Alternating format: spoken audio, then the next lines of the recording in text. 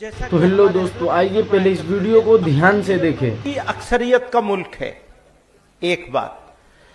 दूसरी बात, मुसलमानों की कंसंट्रेटेड पॉपुलेशन, यानी मुस्लिम अक्सरियती इलाके। अगर हम सियासत करेंगे, मुस्लिम सियासत, तो सिर्फ मुस्लिम अक्सरियती इलाके में ही करेंगे।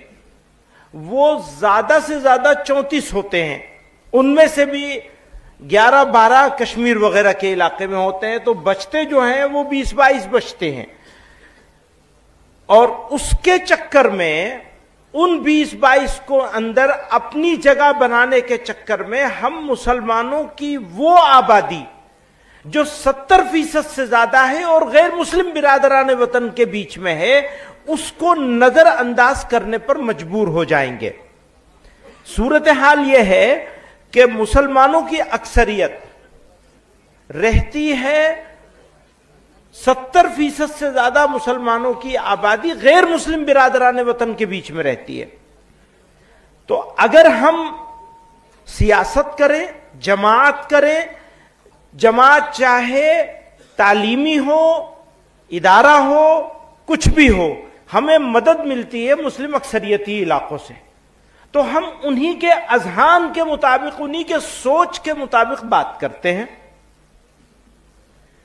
प्रॉब्लम्स, परेशानियां गैर मुस्लिमों के बीच में रहने वालों की मुख्तलिफ हैं। जैसे देवबंद में रहने वाले की परेशानी अलग है, और देवबंद से 20 किलोमीटर दूर पर किसी गांव में रहने वाले 200 गैर मुस्लिम घरों के बीच में 30 घरों के साथ रहने वाले मुसलमानों के इश्यूज, प्रॉब्लम और सोच बिल्कुल मुख्तलिफ है।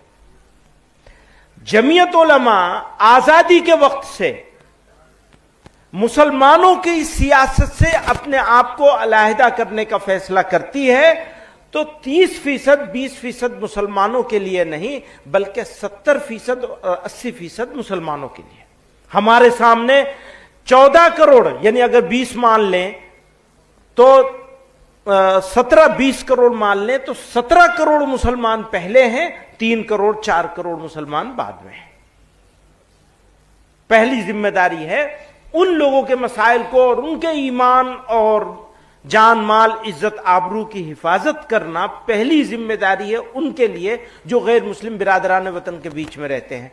हमारी लाखों मसाजिद वाबस्ता हैं और करोड़ों घर वाबस्ता हैं उस इलाके से जहां मुसलमानों की अक्सरियत नहीं है, और जहां नहीं है वहां मुसलमानों की पार्टी क्या